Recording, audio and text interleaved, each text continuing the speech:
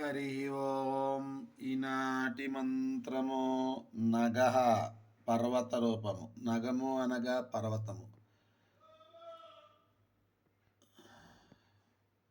ముందు వెనుక నరసింహ నగము, పైన వెంకట నగము అని మన తిరుమల తరతరాల తిరుమల అనే మన తిరుమల గురించినటువంటి ఆ